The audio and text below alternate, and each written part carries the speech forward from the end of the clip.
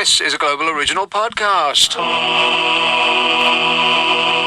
This week we take a time machine, we hear from a double act, and we pee in a phone box. But first, I'm set a very serious challenge that I refuse to take seriously. Acton. Hello, Andrew. Nick.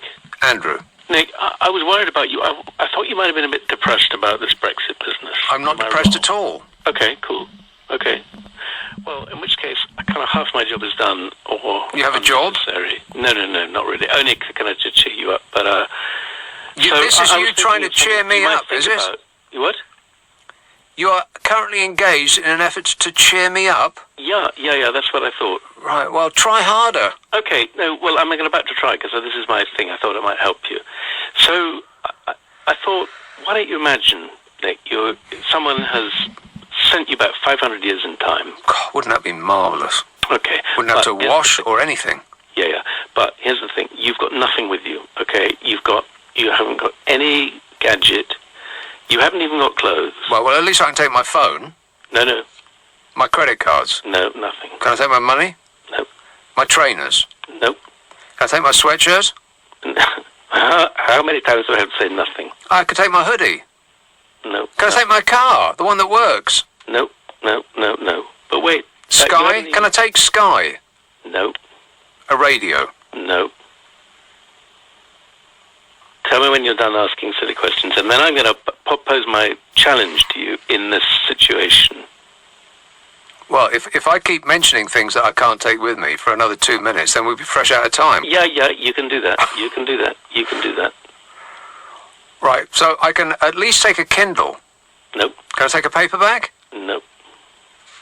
A portable television? Don't you want to know the challenge, Nick? Honestly? Yeah, go on. You do. Not really, no. Okay, lay it on me, baby. Okay.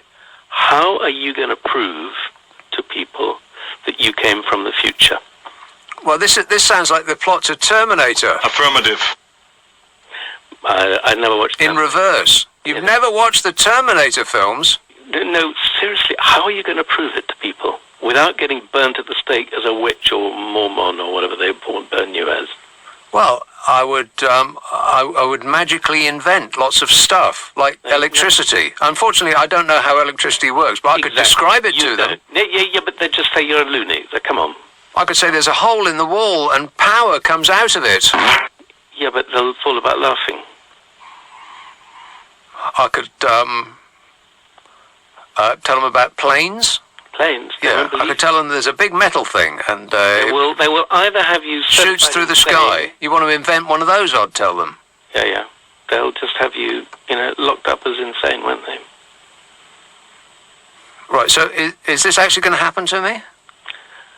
This is where your imagination comes in, Nick.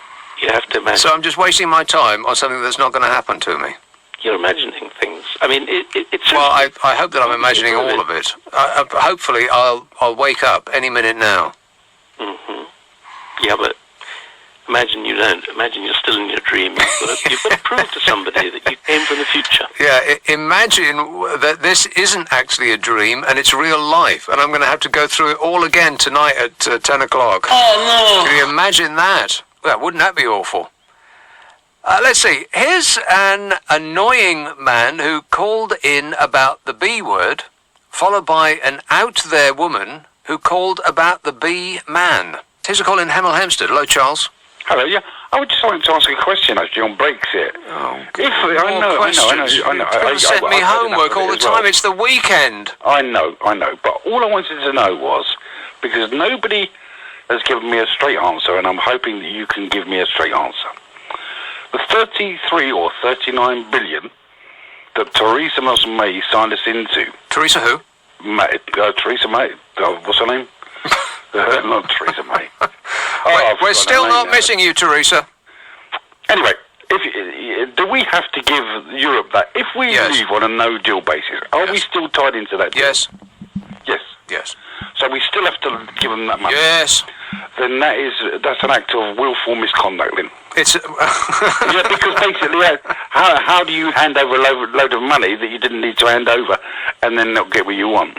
But we do need to hand it over because it's not. We've already agreed to hand that money over. It's a budget that we agreed to, Charles.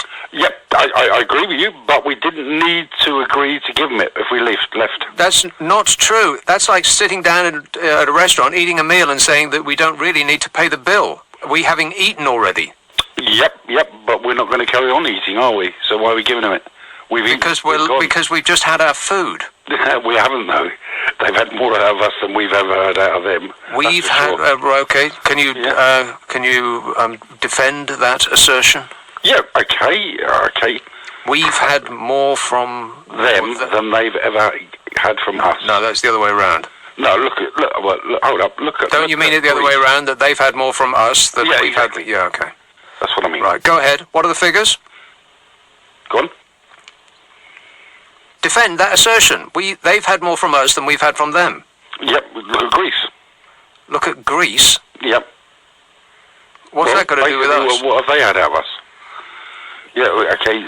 Immediately you change the subject, Charles. Never mind about Greece. What about the amount that we've had from them that compared with the amount that they gave to us? You've only got to look as though it's a linear equation. What? You've only got to look at my cars and your car. My cars and your car? Yeah, what is your car? What's your car? What is your car? Does this have anything to do with what we were talking about? It does. Go on. Of course it does. Mine's an Audi. My daughter's then that tells me everything I need to know about you, Charles. So it drives an Audi. Take cover, everybody. Clear the pavements. Every time I see an Audi in my rearview mirror, I grip my steering wheel more firmly because I know something berserk is about to happen. You should have told me you were an Audi driver right off the top, Charles, and I would have got rid of you straight away. They're not advertising with us, are they? I don't think so. That is true, though. Maybe it's just that you associate certain behaviour with a certain incident that you saw, and then after that you always look for, and when it is confirmed, you think, see, Audi driver. It might be, crazy driving might be evenly distributed among all cars. It might be reinforcement when I see a crazy driver and it's an Audi driver rather than, say, a Honda driver. Although I think it's very unlikely that a crazy driver would be in a Honda. Unless it's one of those Hondas with a wing on the back that's bigger than the one that used to soar Concorde aloft on. I saw one of those today. How utterly ludicrous do those people look? He's got a wing on the back that a jet fighter could utilise, and he's crawling along the high street at 3 miles an hour. His car looked like a trainer, as in shoe. Rich says, Nick, did you hear the Brexit Party MEP on with Clive, who said he wouldn't do an electoral pact with the Tories because he couldn't trust them, but he said he would be very open to the idea of a coalition?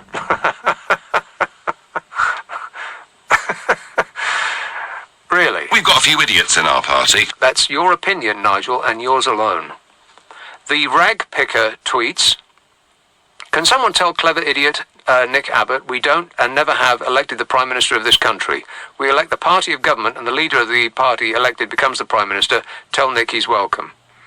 Well, rag picker, I'll throw this back at you. Oh, yes, we do.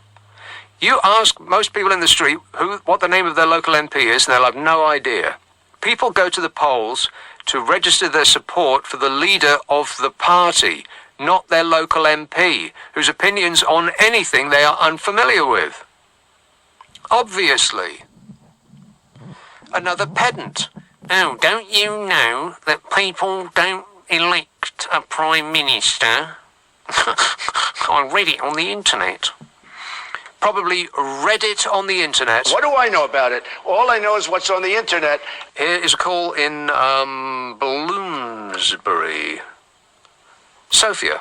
Good evening, Nick. I hope you're okay. As a mathematician... Okay?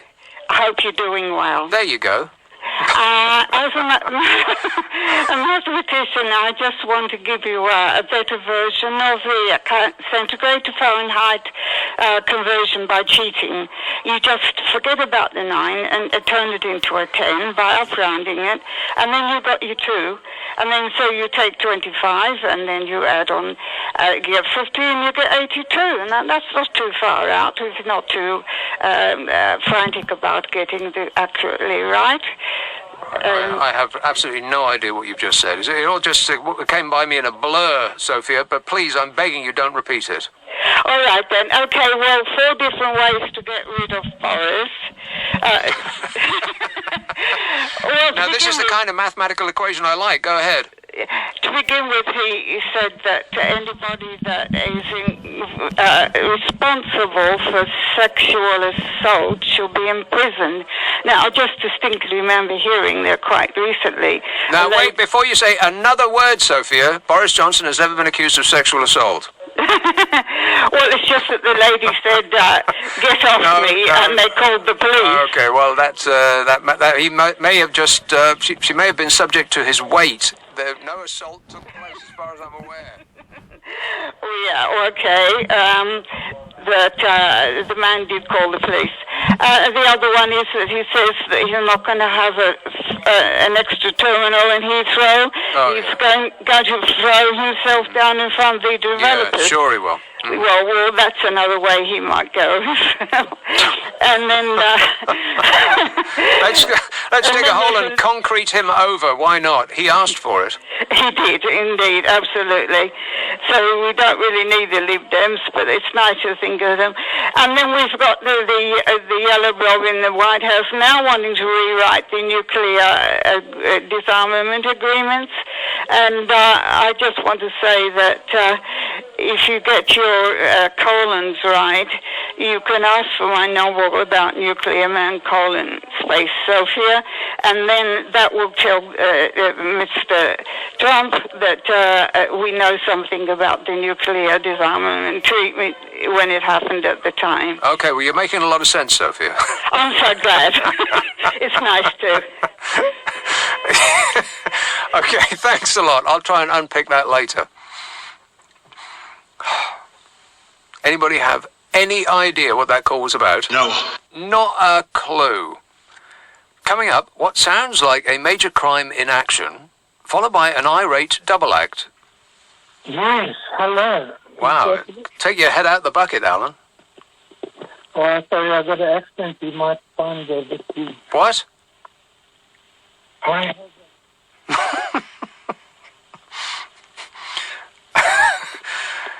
Do you have a sock in your mouth? Are you being kidnapped right now? Knock 2 for yes and 3 for no. Are you safe? Are you in the back of somebody's van? Hello? Well, he's on the line. An ecstasy of fumbling. I think I'm going to have to leave you to whatever it is that you're doing, Alan. I can't imagine. Disgusting. Let's have Chelmsford. Hello, Richard. Hello, sir. Ah, a line with clarity. It's like you're in the room. Yes, sir. Yes, we are. We're in the bedroom. No. I mean in this room, not your room. This room. I'm sorry. I'm just I'm sitting with my girlfriend, and we're talking about. We're listening. I listen to you all the time, honestly. Steve Allen, and what's his name? Nick Ferrari and all that, listen to it all the time, right? Yes, of course. But what makes me laugh about this government, they say about no one's on the dole, right? My girlfriend, sorry? They said no one's on the dole? Well, how many's left on the dole? Well, they said it's low, and it's very low. It's very low. Yeah, why is it very low? Because people are doing 15 hours. Zero contact, 8 hours, 4 hours. Wow, it's like in stereo, you two. Oh, my girlfriend's ready to go. She's flipping more than me, right? Because what makes me laugh is they're off the dole. That's one off, right? But people are doing sort of 12 hours, 10 hours. Yeah. So they want the dole, but they're not. They're still claiming benefits from other government, other like rent, Universal credit. universal credits. So dole people it looks low on the government because they're doing a great job. Yeah. Because there's so many people unemployed, but they're not. They're doing 15 hours just to get them off that number. Yeah. Do you know what I mean? No. Go on. No. No, I mean yes. Or do I mean no? Yeah. What are you talking about? It's only 2 million unemployed now. They're not. Right. Okay, can you two sort it out amongst yourselves and then decide on No. Hold on a minute. decide on a spokesperson and then ring me back? Or I'm don't? the Spurs anyway, if you're going to say Spurs. Okay, but how's life in Chelmsford, by the way? Well, it's very, money's tight. Yeah, too tight to mention. That's a record. I know, I just asked because I used to live in Chelmsford, or just down the road there in Writtle. We're in, where are we, Sharon? Where are you? Do you know where you are? Whose house are you in? We're living in £850, right? £850 a month rent, and she works. How many hours she works? 24. She works 24 hours, right? So imagine what that is, because she's off the dole. Yeah, I'm self-employed, and I travel from Cheshunt to here every day and work in Cheshunt backwards and forwards, and I've got 9 children. What? 9? Yeah. 9 children? Holy smoke, Richard, you must be exhausted. You should take on board some fluids, mate. I've had a chop now, so I'm not so exhausted. Too late. Yeah. No, honestly, it's really hard for me, Sharon. Yeah. It's really hard for us. Right, She works 24 hours, right? Yeah. I work full time. She can't afford the rent here, so I have to basically 850. Did you get that? You did, okay. Well, he was just explaining how hard it was. Or, let me put that another way, how difficult it is. 9 children. Good grief. I'd say that was about, 7 too many. You know, for the benefit of the planet and your finances. But what do I know? Stuart says that double act could challenge me and Carol, in which we try to solve your problems. You know, like we care. If you want us to solve your problem, then you're going to have to tell us what it is. And you can do that by emailing your problem to the following address, nickandcarol@global.com. That's NICKANDCAROL @global.com.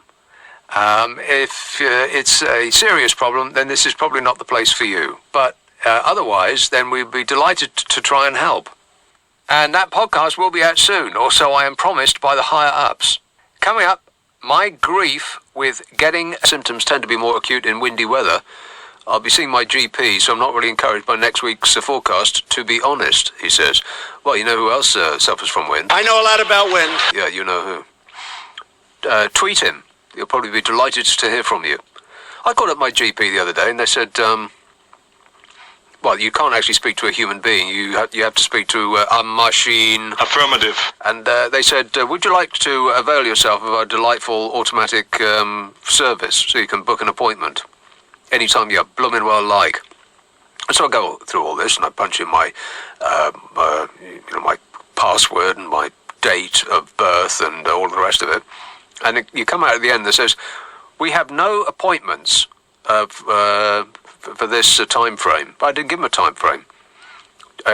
Just the future. So they have no appointments in the future. And so I thought, well, maybe the machine is broken, so I'll ring up and I'll keep pressing a button until I talk to a human being. And eventually I did, and they said, no, that's right, we don't have any appointments. So I was a bit flabbergasted by that. How can a GP not have any appointments, ever? For your convenience. The NHS is unravelling just like this, like Boris Johnson's administration. It's not a health service anymore, it's an emergency service. If your heart is pounding through your chest and your life is passing before your eyes, then, yeah, maybe they can help. But for anything else, well, we've got no appointments. Yeah, sorry about that. Perhaps you'd like to try France. I am stunned. Chris says, you are, and most of this is in capital letters with 10 exclamation marks, which doesn't mark you out as a bright person, Chris, I've got to tell you. But I'm not stupid. He says, you're an anti-democratic, anti-British traitor. Oh, God. He says, people like you would sell your soul as quickly as you have sold this country out. Morons.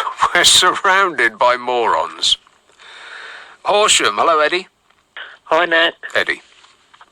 With global, climate change. Yeah. The amount of aeroplanes you see in the sky, I mean, because they're so high up, they're near, closer to the, sun? No. The moon? The, greenhouse. Greenhouse gases. Yep, and so they're higher up, so the CO2 is released higher up, so they're closer to the, moon. Oh, I've totally forgotten what it's called. The bit where it traps all the heat. I don't know. Oh, well, anyway. Certainly, I'm glad you called. all of the planes up there, there's hundreds of them. Yeah. Oh, I don't know. Oh, well, anyway. Certainly, I'm glad you called. all of the planes up there, there's hundreds of them. Yeah, all releasing CO2, whereas the cars are lowered down to the Earth, and we've got all the trees taking out the CO2. Yeah. So, and they don't really mention aeroplanes. I mean, they've mentioned it once about an solar panel plane, but they don't really mention aeroplanes at all. Well, I don't know where you've been living, Eddie, because the only thing that hasn't been about Brexit in the news this week has been Hazard and Sparkles taking private planes hither, thither and yon. Yeah, and another thing is, all the trains used to carry all the cargo and all that through the countrysides and all that. Yeah. But now it's diesel lorries which emit more CO2. Right. So I think like the trains, they use less because they haven't got friction on the road. So I think like all this transport and people going away on holiday all the time. Yeah. I think why can't people just be happy where they are? Yeah, I know. Why the people? Well, so I've heard some people say there should be a limit on how many times people go away. Yeah, and if they break that limit, then they'll have to stay away. Yeah. All right, okay, good work. Keep thinking, Eddie. Cheers, mate. Prince Harry is facing fresh criticism for claiming that 99% of the flights he takes are with commercial airlines. 99%, that's what he said. Incorrect. New analysis suggests that 6 out of 10 times he travels by a private jet. And 6 out of 10 is not 99%, it's more like sort of 6 out of 10 is like 75%. It's about 6 out of 10 is about 75%. I think you'll find that's right. The Duke of Sussex. I bet if I went to the street with a clipboard and asked people who the Duke of Sussex is, I bet most people wouldn't have the faintest idea. It's Hazard, out of Hazard and Sparkles. The Duke of Sussex has been accused of hypocrisy for using charter flights 6 times this summer. Here. It's Hazard, out of Hazard and Sparkles. The Duke of Sussex has been accused of hypocrisy for using charter flights 6 times this summer while urging the public to cut their carbon footprint. A member of the royal family asking us to cut down. What a sense of humour. He took a scheduled flight to Amsterdam this week to promote a scheme that promotes environmentally friendly tourism.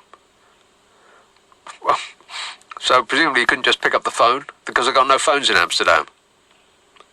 Speaking at the event, the Prince refused to apologise for his recent private flights to Italy and France and Spain and all points north, south, east and west. He said, this is a quote, "I spend 99% of my life travelling the world by commercial." Really? He says, occasionally there needs to be an opportunity to fly privately based on a unique circumstance to ensure that my family is safe. It's as simple as that. For me, it's about balance. It's not a decision I would want to take, but if I have to do that, I will ensure that I balance out the impact I have. Oh, come off it. Analysis of Hazza and Sparkle's known flights since their wedding last year shows 6 of the 10 trips they took were by private jet, 60% of the total. Occasionally there needs to be an opportunity based on unique circumstances to fly private, he said. Yeah, because in a unique circumstance when they want to, as opposed to slumming it with the proles in first. Harry dismissed concerns over his carbon footprint by insisting that he offsets his emissions by donating to renewable energy incentives and planting trees.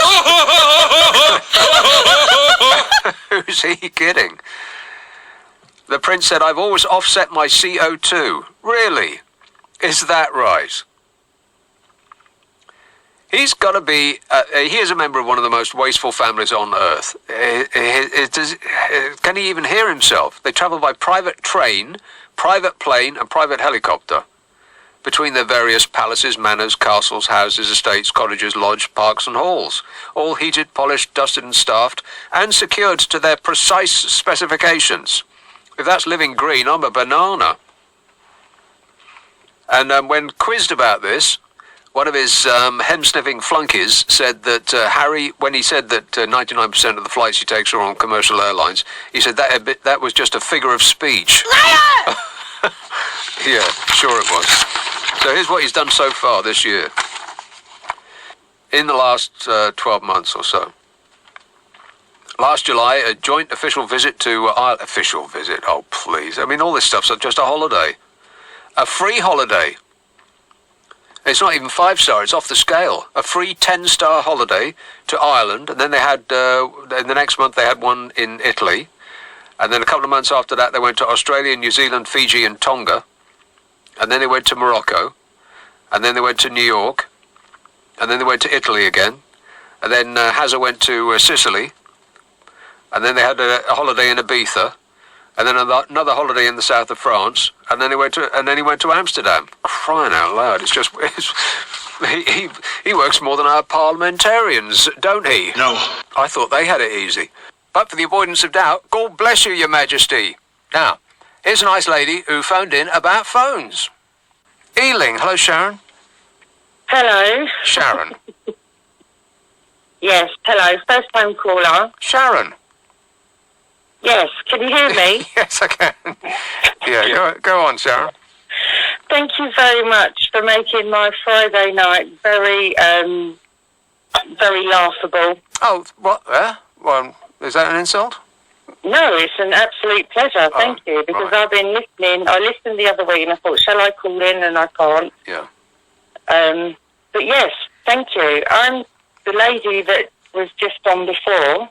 You're the lady that was just on before? No, I'm talking about the lady. Don't start with me now. Come on.